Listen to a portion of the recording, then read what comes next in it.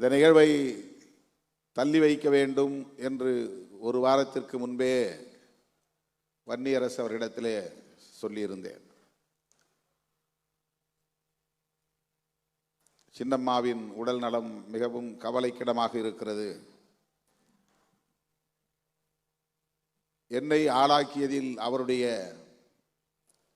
பங்கும் குறிப்பிடத்தக்கதாகும். அவர் என்னை பார்க்கிற போதெல்லாம் தலையை தடவி ஒரே ஒரு வார்த்தை தான் பேசுவார். இந்த 10 ஆண்டுகளில் உடல்நலம் பாதிக்கப்பட்ட நிலையிலும் வார்த்தைகள் நான் தழுதழுக்க அவ்வளவு இலகுவாக புரிந்து கொள்ள முடியாத நிலையிலே தான் பேசுவார். அப்படி பேசுகிற போதும் கல்யாணம் பண்ணிக்கப்பா என்று தான் சொல்லுவார். அப்படிப்பட்ட பற்று என் மீது அவருக்கு உண்டு. அவருடைய உடல்நலம் கவலைக்கிடமாக உள்ள சூழலில் நான் நாடாளுமன்ற கூட்டத்தொடரில் கூட பங்கேற்க இயலாமல் ஒரு வாரத்திற்கு மேலாக பெரம்பலூரில் தனியார் மருத்துவமனையில் காத்து கிடக்கிறேன். எனவே இந்த சூழலில் இந்த நிகழ்வு வேண்டாம் என்று நான் வேண்டுகோள் விடுத்தேன். ஆனால் விரிவான ஏற்பாடுகளை செய்திருக்கிறோம். அம்மா எப்படியும் பிழைத்துக் கொள்வார். அந்த நம்பிக்கையோடு நாங்கள் இந்த நிகழ்வை நடத்த விரும்புகிறோம் என்று வன்னியரசு உள்ளிட்ட ஒருங்கிணைப்பாளர்கள் வற்புறுத்திய நிலையில் இதற்கு நான் இசைவளித்தேன். நாளைக்கு விழுப்புரத்திலே நடைபெறுவதாக இருந்த நிகழ்வை தள்ளி வைக்க வேண்டும் என்று நான் தோழர் ரவிக்குமார் அவரிடத்திலே கேட்டுக்கொண்டேன். அதை அவர் தள்ளி வைத்து விட்டார். இன்று பிற்பகல் 3 மணி விமானம் பிடிக்கிற போது கூட எனக்கு மனம் இல்லை. நான் இல்லாமலே இந்த நிகழ்ச்சியை ஏன் நடத்தக்கூடாது, வன்னியரசு மற்றும் தோழர்களிடத்திலே இதை சொல்லலாம் என்று நான் நினைத்தேன். ஆனால் மருத்துவர், அம்மாவை கவனிக்கிறவர், இந்த நிகழ்ச்சியை நீங்கள் தவிர்க்க வேண்டாம், ஓய்வாருங்கள் என்று ஒரு ஊக்கத்தை கொடுத்தார். கடைசி நேரத்திலே அவர் சொன்ன வார்த்தையை கேட்டு மனமில்லாமல் நான் புறப்பட்டு விமானம் பிடித்து இங்கே வந்தேன். பிறந்த நாள் விழாவை ஒரு கொண்டாட்டமாக மட்டுமே நடத்தக்கூடாது, அதனையும் ஒரு அரசியல் நிகழ்வாக ஒருங்கிணைக்க வேண்டும் என்று நாம் பிறந்த நாளை கொண்டாடிய காலத்திலிருந்தே தமிழர் எழுச்சி நாள் என்று அறிவித்து கருத்தரங்குகளை, கவியரங்கங்களை ஒருங்கிணைத்திருக்கிறோம்.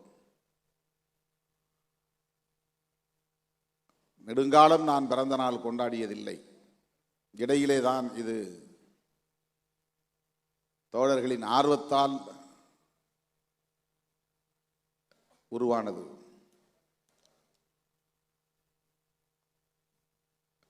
ஒவ்வொரு விழாவிலும் பல துறைகளை சார்ந்த ஆளுமைகள் வந்து இந்நிகழ்விலே பங்கேற்று வாழ்த்தி உரையாற்றிவிட்டு விடைபெற்று செல்வதை நாம் அறிவோம். அது நமக்கு ஊக்கம் தருகிறது. சோர்வின்றி உழைக்கிற உணர்வை தருகிறது. தொடர்ந்து பயணிக்க வேண்டும் என்கிற நம்பிக்கையை தருகிறது. இன்றைய நிகழ்வில் பங்கேற்று உரையாற்றிய ஒவ்வொருவரும் இந்த இயக்கம் குறித்து ஆற்றிய உரை தமிழகத்தில் தவிர்க்க முடியாத ஒரு சக்தி விடுதலை சிறுத்தைகள் கட்சி என்பதை உறுதிப்படுத்தியது. தமிழகத்தின் எதிர்காலம் விடுதலை சிறுத்தைகள் கட்சி என்பதையும் உறுதிப்படுத்தியது.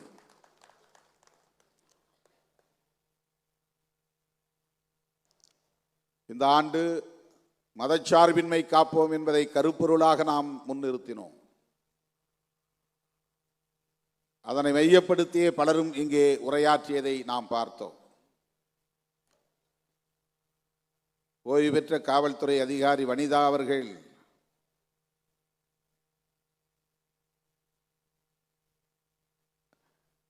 எவ்வளவு ஆழமான கருத்துக்களை மிக இலகுவாக இங்கே எடுத்துரைத்தார் என்பதை நாம் பார்த்தோம்.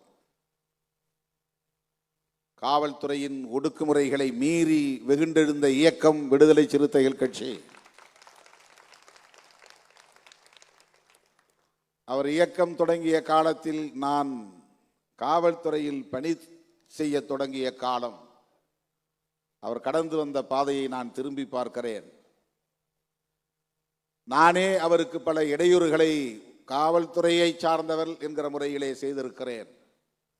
அதையெல்லாம் தாண்டி தாக்கு பிடித்து தமிழகத்தில் இன்றைக்கு அனைத்து தரப்பாராலும் ஏற்றுக்கொள்ளக்கூடிய ஒரு ஆளுமையாக திருமாவளவன் நிமிர்ந்து நிற்பதை நான் எண்ணி வியந்து பாராட்டுகிறேன் என்று இங்கே ஒரு ஒப்புதல் வாக்குமூலம் போல் உரையாற்றினார். அண்ணன் லியோனி அவர்களுடைய உரை, கவிஞர்கள் இங்கே படித்த கவிதைகள், ஊடகவியலாளர்கள் நம்மிடையே எடுத்து வைத்த கருத்துக்கள், இவை முகத்துக்காக பேசியதல்ல, மேடைக்காக பேசியதல்ல, ஏதோ ஒரு உள்நோக்கத்திற்காக பேசியதல்ல. மனம் திறந்து பேசினார்கள், மனமாற பேசினார்கள். இதுதான் நம்மை பற்றிய மதிப்பீடு. எந்த தளத்தை தொட்டாலும் அங்கே சிறுத்தைகளின் பங்களிப்பு மகத்தானது. கருத்தியல் தளத்தில் இந்த இயக்கம் ஆற்றியிருக்கிற பங்களிப்பு மகத்தானது. தமிழ்நாட்டு அரசியலில் பல முன்னெடுப்புகளை எடுத்திருக்கிற ஒரு இயக்கம் விடுதலை சிறுத்தைகள் கட்சி. இப்படி இங்கே பங்கேற்ற ஒவ்வொருவரும் உளமாற கருத்துக்களை எடுத்துரைத்திருக்கிறார்கள். இது நமக்கு மேலும் தீவிரமாக செயல்பட வேண்டும், மக்களின் நம்பிக்கைக்கு பாத்திரமாக செயல்பட வேண்டும், இவர்களின் எதிர்பார்ப்புகளை நிறைவேற்றக்கூடிய வகையில் செயல்பட வேண்டும் என்கிற உணர்வை தந்திருக்கிறது. அண்ணன் அறிவுமதி அவர்களும் நம்மோடு நெடுநேரமாக காத்திருக்கிறார். எழுச்சி தமிழர் என்று யார் பெயர் சூட்டியது, எவ்வளவு பொருத்தமான பெயர் என்று வனிதா அவர்கள் பேசிய போது அண்ணன் அவர்கள்தான் இந்த பெயரை சூட்டினார் என்று சொன்னதும் இந்த அரங்கமே அதிர்ந்தது. கை ஒலிகளால் அரங்கம் நிறைந்தது. தோழர்களே, வெறும் அடைமொழிகளுக்காக நாம் இந்த களத்தில் நிற்கவில்லை. பாராட்டுகளுக்காக இப்படி விழாவை நாம் நடத்தவில்லை. இந்த மண்ணில் ஒரு மகத்தான மாற்றத்தை உருவாக்க வேண்டும், விளிம்பு நிலை மக்களின் விடுதலையை வென்றெடுக்க வேண்டும், பிற்போக்கு சக்திகளின் ஆக்கிரமிப்பிலிருந்து சமூகத்தை மீட்க வேண்டும் என்கிற அந்த பொறுப்புணர்வோடு தான் நாம் களத்தில் நிற்கிறோம். நமக்கு எதிரான அவதூறுகள், ஆதாரமில்லாத அவதூறுகள், இரட்டை இலை கெஞ்சியது, ஆனால் அதை நீங்கள் பொருட்படுத்தவில்லை. ஏனென்றால் உங்கள் உதிரத்தில் இரட்டைமலை ஓடுகிறது என்று கவிஞர் விவேகா சொன்னார். அதனுடைய பொருள், அதிமுக எடுத்த முயற்சிக்கு நாம் பணியவில்லை என்பதல்ல, உடன்படவில்லை என்பதல்ல பொருள். கொள்கை பிடிப்போடு இருக்கிறோம் என்பதுதான் அதனுடைய பொருள். ஒடுக்கப்பட்டவர்களின் தலைநிமிர்வுக்காக இந்த களத்தில் நிற்கிறோம் என்பதுதான் பொருள். அண்மையிலே தூய்மை பணியாளர்கள் பிரச்சனை, தூய்மை பணியாளர்கள் என்றால் அவர்கள் தலித்துகள், தலித்துகள் என்றால் அங்கே சிறுத்தைகள். ஏன் திருமாவளவன் இந்த அரசை எதிர்த்து போராடவில்லை? இப்படி விமர்சனங்களை கொண்டு போகிறார்கள். மூன்றாவது நான்காவது நாளே தோழர் சிந்தனை செல்வன் அங்கே போனார். ஐந்தாவது நாள் அக்கா நினைவு நாளை முடித்துக் கொண்டு நள்ளிரவில் நான் அங்கு போய் சேர்ந்தேன். 1 மணி நேரம் அவர்களோடு இருந்தேன். அதற்கு அடுத்து 6வது நாள் முதலமைச்சரை சந்தித்து இந்த பிரச்சனையை எடுத்து பேசினேன். 13ஆம் தேதி வரையில் தொடர்ந்து அமைச்சர்களோடும் பேசினேன், போராட்ட குழுவை சார்ந்த தோழர்களோடும் பேசினேன், ஒவ்வொரு நாளும் பேசினேன், மருத்துவமனையில் இருந்து கொண்டே பேசினேன். அவர்களை பணி நிரந்தரம் செய்ய வேண்டும் என்று நாம் அவர்களின் குரலோடு இணைந்து சொன்னாலும் கூட ஒரு உண்மையை நாம் புரிந்து கொள்ள வேண்டும். நம்முடைய கோணத்திலிருந்து அந்த பிரச்சனையை அணுக வேண்டும். புரட்சியாளர் அம்பேத்கரின் பார்வையில் இருந்து இந்த பிரச்சனையை நாம் அணுக வேண்டும். இவர்கள் குப்பை பொறுக்குகிறவர்கள், சொல்ல போனால் தூய்மை பணியாளர்கள் என்கிற சொல்லுக்கு இன்னொரு பொருள் குப்பை பொறுக்குகிறவர்கள், குப்பையை அள்ளுகிறவர்கள் என்றுதான் பொருள். குப்பையை அள்ளுகிறவர்களை பணி நிரந்தரம் செய்து அந்த தொழிலையே நீங்கள் செய்து கொண்டிருங்கள் என்று சொல்லுவது எந்த வகையிலும் ஏற்புடையதல்ல. அதிலிருந்து மீள வேண்டும் என்பதுதான் நம்முடைய போராட்டம். அந்த தொழிலை செய்யக்கூடியவர்கள் தொடர்ந்து அதை செய்யக்கூடாது. மலம் அள்ளுபவனே மலம் அள்ளட்டும், சாக்கடையை சுத்தம் செய்கிறவனே சாக்கடையை சுத்தம் செய்யட்டும், குப்பையை அள்ளுகிறவனே குப்பையை அள்ளட்டும் என்கிற அந்த கருத்துக்கு இது வலு சேர்ப்பதாக இருக்கிறது. அரசு ஊழியர்கள் ஆக்குங்கள், பணி நிரந்தரம் செய்யுங்கள். ஒரு அம்பேத்கரின் மாணவனாக இருந்து பெரியாரின் பிள்ளையாக இருந்து இதை நாம் வலுவாக சொல்ல முடியாது. குப்பையை அள்ளுகிற தொழிலை குப்பையை அள்ளுகிறவர்களே செய்ய வேண்டும், அரசு பணியாளர்களாக அவர்களை மாற்ற வேண்டும் என்கிற அந்த கோரிக்கையில் நமக்கு மாற்று கருத்து இருக்கிறது. சொல்ல போனால் அதை எதிர்த்துதான் நாம் பேச வேண்டும். தலித்துகள் செய்கிறார்கள், அவர்களுக்கு பணி நிரந்தரம் செய். நாங்கள் தலித் இயக்கம். இதற்கு பெயர் கன்வென்ஷனல் திங்கிங். காலம் காலமாக இருக்கிற மரபு சார்ந்த சிந்தனை இது, அடிமை சார்ந்த சிந்தனை இது. வெட்டியான் தொழிலை செய்கிறவனை வெட்டியான் தொழிலாக அரசு ஊழியர்களாக ஆக்கு என்று சொன்னால் எப்படி அதை ஏற்றுக்கொள்ள முடியும்? அந்த தொழிலை ஒழிக்க வேண்டும். உலக நாடுகள் எல்லாம் இன்றைக்கு கருவிகளை அறிவியல் வளர்ச்சியில, தொழில்நுட்ப வளர்ச்சியில புதிய புதிய கருவிகளை கண்டுபிடித்து ஒரு குறிப்பிட்ட இனத்தை சார்ந்தவர்கள் தான் அந்த தொழிலை செய்ய வேண்டும் என்கிற நிலை இல்லாமல் அந்த தொழில்நுட்பத்தை கற்றுக்கொண்டவன் அந்த வேலையை செய்யலாம் என்கிற நிலையை ஏற்படுத்துகிறார்கள். இதுதான் பிற நாடுகளில் இருக்கிற நிலை. ஆனால் இந்தியாவில் ஸ்கேவேஞ்சர்ஸ் அரசு ஊழியராக்கு, ஸ்வீப்பர்ஸ் அரசு ஊழியராக்கு. இது எந்த வகையில் ஏற்புடையதாக இருக்க முடியும்? இதை போய் அவர்களிடத்திலே சொன்னால் அவர்களுக்கு எதிராக நாம் பேசுகிறோம் என்று கருதுவார்கள். அதனால்தான் சேர்ந்து நாமும் பணி நிரந்தரம் செய்யுங்கள் என்று சொல்ல நேர்ந்தது. பணி நிரந்தரம் செய்யக்கூடாது என்று சொல்லுவதுதான் அதிலே சரியான கருத்து. குப்பை அள்ளுகிறவர்களின் பிள்ளைகளே குப்பையை அள்ள முடியுமா? அள்ள வேண்டுமா? தலித்துகளின் பிள்ளைகள் தான் குப்பைகளை அள்ள வேண்டுமா? அரசு ஊழியர் ஆக்கினால் அந்த வேலை மறுபடியும் யார் வருவார்கள்? அந்த அரசு பணிக்கு யார் வருவார்கள்? எத்தனை பேர் குப்பை அல்ல தயாராக இருக்கிறார்கள்? 70 வயதிலும் அந்த பணியை செய்யக்கூடியவன் ஒருவன் இருக்கிறான் என்றால் அவன் யார் என்று நீங்கள் பார்க்க வேண்டும்.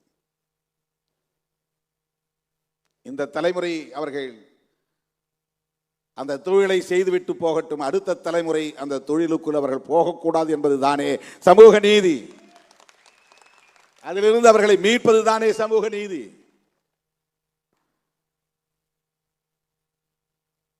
தொழில்நுட்பத்தில் வளர்ச்சியடைந்த நாடுகளுக்கு இது போன்ற சிக்கல்கள் இல்லை. எதையோ வளர்க்க துடிக்கிற இந்த ஆட்சியாளர்கள் இந்த நாட்டை உலக வல்லரசுகளில் ஒன்றாக மாற்ற வேண்டும் என்று துடிக்கிறவர்கள் இன்னும் ரயில் நிலையங்களில் கையால் மலம் மல்லுகிற மலம் மல்லும் தொழிலாளர்கள் லட்சக்கணக்கானோர் இருக்கிறார்கள். மலம் மல்லும் தொழிலாளர்கள் யார்? அவங்கெல்லாம் கஷ்டப்படுறாங்க, அதனால் அவங்களெல்லாம் அரசு ஊழியர் ஆக்குங்க, அவங்களுக்கு சம்பளத்தை கூட்டுங்க, பென்ஷன் கொடுங்க என்று நாம் சொல்ல முடியுமா? குப்பை அள்ளுகிறவர்களை அப்படியே குப்பை அள்ளட்டும், அவர்களை அரசு ஊழியர்களாக்குங்கள், அவர்களுக்கு பென்ஷன் கொடுங்கள் என்று நாம் சொல்ல முடியுமா?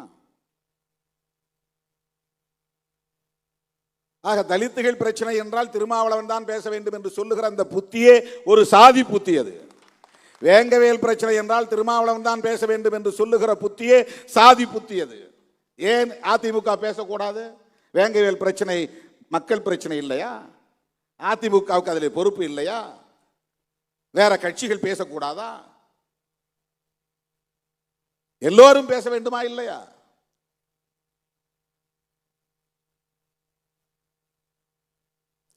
திமுகவுக்கும் அதிலே பொறுப்பு இருக்கிறது, கம்யூனிஸ்ட் கட்சிகளுக்கு இருப்பதை போல ஒவ்வொரு கட்சிக்கும் அதிலே பொறுப்பு இருக்கிறது. ஆனால் அதிமுக நம்மை பார்த்து அந்த கேள்வியை கேட்பதால் ஏன் அதிமுகவுக்கு அந்த பொறுப்பு இல்லை என்று நாம் கேட்கிறோம். இப்ப இந்த பிரச்சனை 13 நாள் போராட்டம் நடந்தது. முதலிலே போனது விடுதலை சிறுத்தைகள் தான். முதலிலே போன தலைவன், ஒரு கட்சியின் தலைவன் திருமாவளவன் தான். அதுக்கப்புறம் தான் எல்லாம் உள்ள வராங்க. யார் யாரோ வருகிறார்கள், அந்த பிரச்சனை பற்றி எதுவுமே தெரியாதவர்கள் வருகிறார்கள். ஒன்று திருமாவளவனை சாட வேண்டும், அல்லது திருமாவளவன் இடம்பெற்று இருக்கிற கூட்டணியை சாட வேண்டும். அதுதான் அவர்களின் நோக்கம். அவர்களுக்கு நீதி கிடைக்க வேண்டும் என்பதல்ல.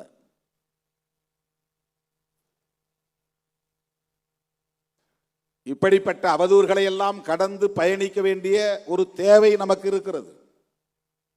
நாங்கள் சட்டையர் செய்த போது தோழர்கள் எல்லாவற்றுக்கும் திருமாவளவனை விமர்சிக்கிறார்கள், அதற்கு இதுதான் காரணம் என்று விளக்கினார்கள்.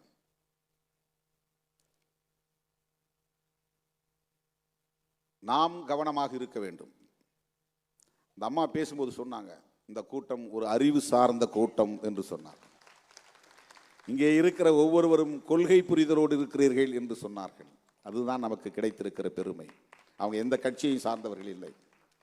சொல்ல போனால் முதல் மேடை என்று சொன்னார்.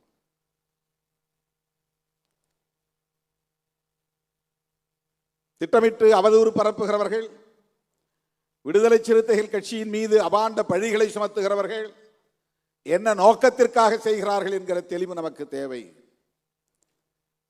அந்த தெளிவு இருந்தால் நாம் அதற்காக எந்த எதிர்வினையும் ஆற்றாமல் உறுதிப்பாட்டோடு தொடர்ந்து இயங்க முடியும். அதுதான் உங்களுக்கு நான் விடுக்கிற வேண்டுகோள். தேர்தல் நேரத்தில் நாம் எடுக்கிற முடிவுகள் எதுவாகவும் இருக்கட்டும், ஆனால் அந்த முடிவும் கூட சமூக நீதிக்கு ஆபத்து ஏற்படாத வகையிலே இருக்க வேண்டும் என்கிற தெளிவு நமக்கு உண்டு. இன்றைக்கு வாக்குரிமையை பறிக்கிற முயற்சியில் பாஜக ஈடுபட்டு வருகிறது. பீகாரிலே நடந்திருக்கிற தில்லுமுள்ளு சாதாரணமானதல்ல. பிறப்பு சான்றிதழ் கேட்கிறார்கள். வாக்காளராக ஒருவன் தன்னை உறுதிப்படுத்திக் கொள்ள வேண்டுமானால், ஓட்டர் என்பதை பதிவு செய்ய வேண்டுமானால், உன்னுடைய பெற்றோருடைய பிறப்பு சான்றிதழ், பர்த் சர்டிபிகேட். ஆதார் கார்டு கிடையாது. ஆதார் கார்டு காட்டினா ஏற்றுக்கொள்ள முடியாது. ரேஷன் கார்டு ஏற்றுக்கொள்ள முடியாது. ஏற்கனவே இருக்கிற ஓட்டர் லிஸ்ட்ல என் பேர் இருக்கு, ஏற்றுக்கொள்ள முடியாது. வேற என்ன ஆதாரம் தேவை? பர்த் சர்டிபிகேட் வேணும். சொத்து வரி கட்டினதற்கான சான்று வேணும். நீ இந்த நாட்டின் குடிமகன் தானா என்பதை உறுதிப்படுத்துவதற்கு இதையெல்லாம் கேட்கிறார்கள். என்ஆர்சியிலே இது கேட்கப்படுகிறது. அதுதான் அங்கே இருக்கிற கிரைட்டீரியா. இப்படி 65 லட்சம் பேரை பீகாருடைய வாக்காளர் பட்டியலிலிருந்து நீக்கிவிட்டு அவர்களுக்கு வேண்டியவர்களை சேர்த்திருக்கிறார்கள். அதற்கு எந்த ஆதாரமும் தேவையில்லை. இது எவ்வளவு பெரிய ஆபத்து!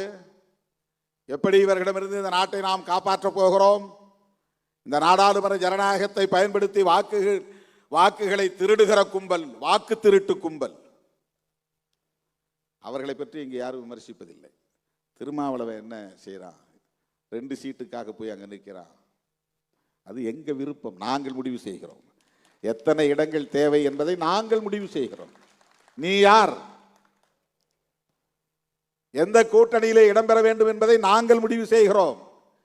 எங்களை பற்றிய மதிப்பீடு எங்களுக்கு தெரியும்.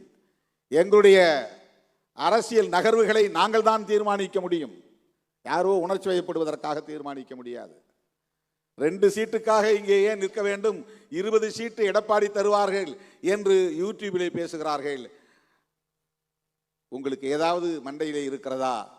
20 சீட்டு கிடைக்கும் என்றால் நான் அங்கேதானே போக வேண்டும். இடம்தான் முக்கியம், பதவிதான் முக்கியம், பவிசுதான் முக்கியம், பொருளாதாரம் தான் முக்கியம், அதிகாரம் அதுதான் முக்கியம் என்று நான் முடிவெடுப்பதாக இருந்தால் 2 வேணான்ட்டு 20க்கு போகணும். நான் ஏன் போகல? ஏன் போகவில்லை? யார் என்னை தடுப்பது? யார் என்னை கட்டாயப்படுத்துவது போகக்கூடாது என்று? அப்படி யாரும் செய்ய முடியாது. அதுதான் பிரச்சனை. யாராலும் வளைக்க முடியாது, யாராலும் விலை பேச முடியாது, யாராலும் மதிப்பீடு செய்யவும் முடியாது. அதுதாங்க பிரச்சனை. நீங்க நினைக்கிற சராசரி நபர்கள் அல்ல நாங்கள். திராவிட முன்னேற்ற கழகத்தோடும் இடதுசாரிகள் இயக்கங்களோடும் நாங்கள் இணைந்து பயணிப்பதற்கு ஒரு நோக்கம் இருக்கிறது. அந்த நோக்கம் வேறொன்றும் இல்லை. நாங்கள் அம்பேத்கரின் பிள்ளைகள், பெரியாரின் பிள்ளைகள் என்கிற அந்த வளர்ப்பு முறைதான், அந்த கருத்தியல் தான் காரணம், வேறொன்றும் இல்லை. அருமை தோழர்களே, பிறந்த நாள் செய்தியாக நான் சொல்ல விரும்புவது, இந்திய அரசியலையே மதசார்பு சக்திகள் ஒரு புறம், மதசார்பற்ற சக்திகள் இன்னொரு புறம் என்று நாம் கூர்மைப்படுத்த வேண்டியிருக்கிறது. இன்னும் கூர்மைப்படுத்த வேண்டியிருக்கிறது. வெறும் கட்சி கூட்டணி என்று அல்ல. இது திமுக கூட்டணி, இது அதிமுக கூட்டணி என்றல்ல. இது மதசார்பு கூட்டணி, இது மதசார்பற்ற கூட்டணி. இதுதான் இந்தியா முழுவதும் இருக்கிற முக்கியமான அரசியல்.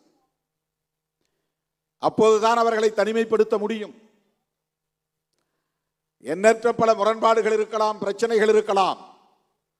ஆனால் செக்யூலரிசம் என்கிற அந்த கோட்பாடு புரட்சியாளர் அம்பேத்கர் வகுத்தளித்த கோட்பாடு, பண்டிதர் ஜவஹர்லால் நேரு அவர்களால் ஏற்றுக்கொள்ளப்பட்டு அங்கீகரிக்கப்பட்ட கோட்பாடு. ஏன் புரட்சியாளர் அம்பேத்கர் அவர்களுக்கு நேர் முரணாக இருந்த காந்தியடிகளால் ஏற்றுக்கொள்ளப்பட்டு அங்கீகரிக்கப்பட்ட கோட்பாடு. அதிதீவிர இந்துத்துவ சக்திகளுக்கு துணையாக இருந்த பல தலைவர்கள், பட்டேல் உட்பட ஏற்றுக்கொள்ளப்பட்ட கோட்பாடு. இந்திரா காந்தி அம்மையார் அவர்களால் திருத்தம் கொண்டு வரப்பட்டு முகப்புறையிலே செக்குலர் என்கிற சொல் இணைக்கப்பட்ட நிலையிலே இந்திரா காந்தி அம்மையாரால் ஏற்றுக்கொள்ளப்பட்ட கோட்பாடு.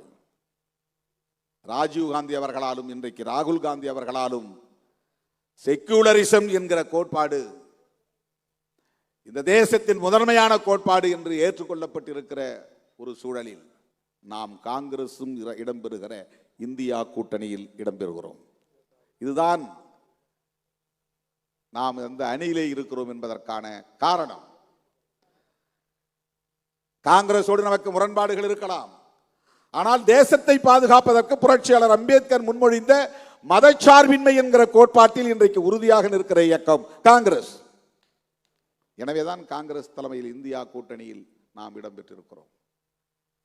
மதச்சார்பின்மை காப்போம் என்பது வெறும் ஒரு நிகழ்வுக்கான அரசியல் முழக்கம் அல்ல. நாம் அடுத்தடுத்து எடுத்து செல்ல வேண்டிய களங்களை அமைப்பதற்கான முழக்கம் அது. அடுத்தடுத்து நாம் தேர்தல் அரசியல் களத்தில் மேற்கொள்ள வேண்டிய நகர்வுகளுக்கான ஒரு முழக்கம் அது. யாரும் நம்மை எப்படியும் விமர்சித்து விட்டு போகட்டும், நாம் பொருட்படுத்த தேவையில்லை. இந்த மதச்சார்பின்மை காப்போம் என்கிற கருத்தியலை இன்னும் வெகுவாக மக்களிடத்தில் கொண்டு போய் சேர்ப்போம்.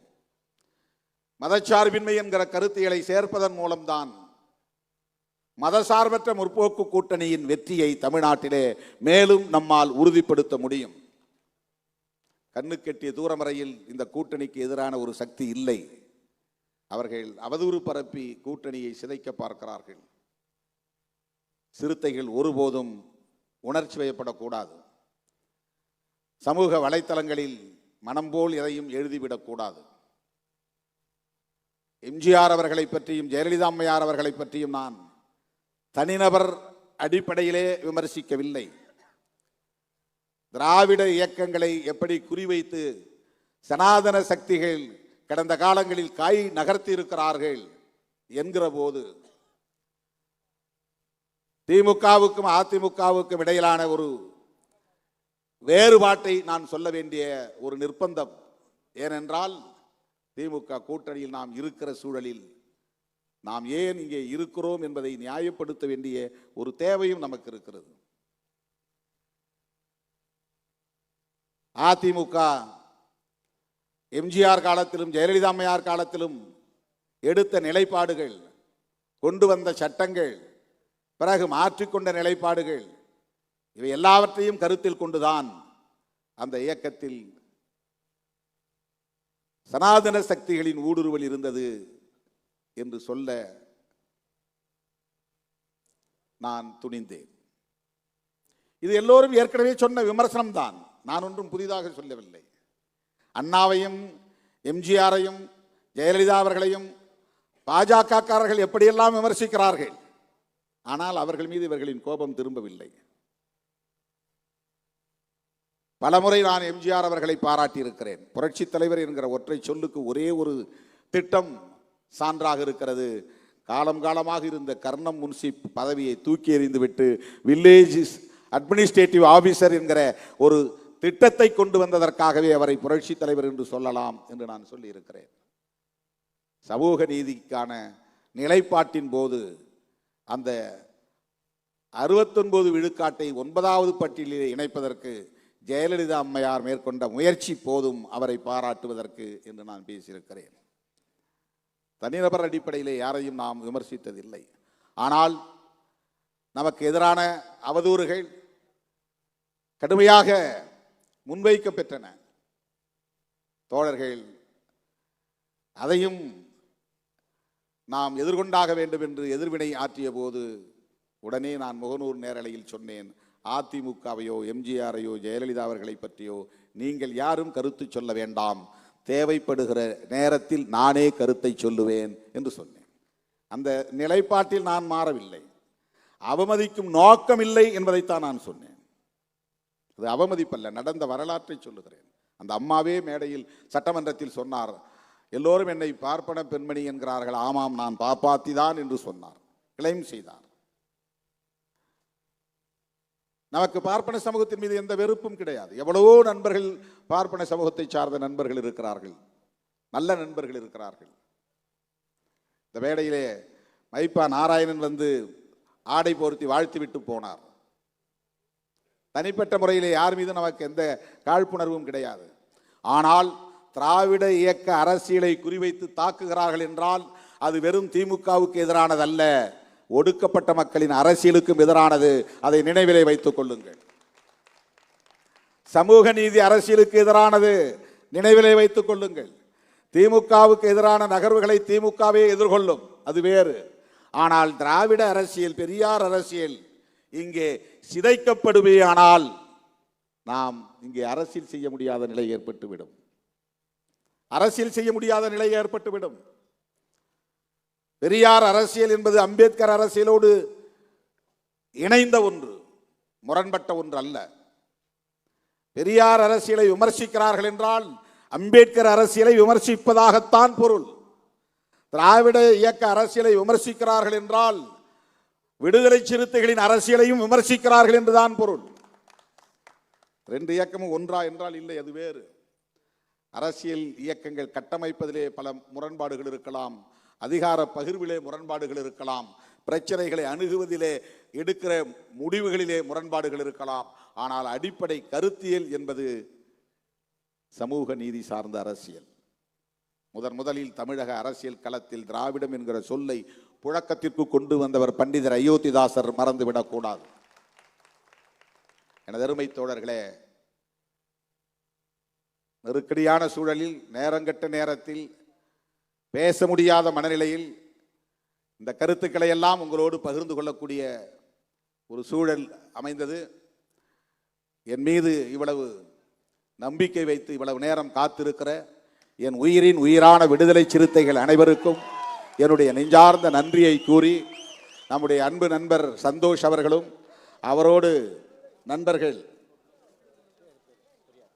பெரியார் ஆகியோர் 50 நிமிடம் ஒரு ஏவி தயாரித்திருக்கிறார்கள். அது இன்றைக்கு ஒளிபரப்ப முடியாது.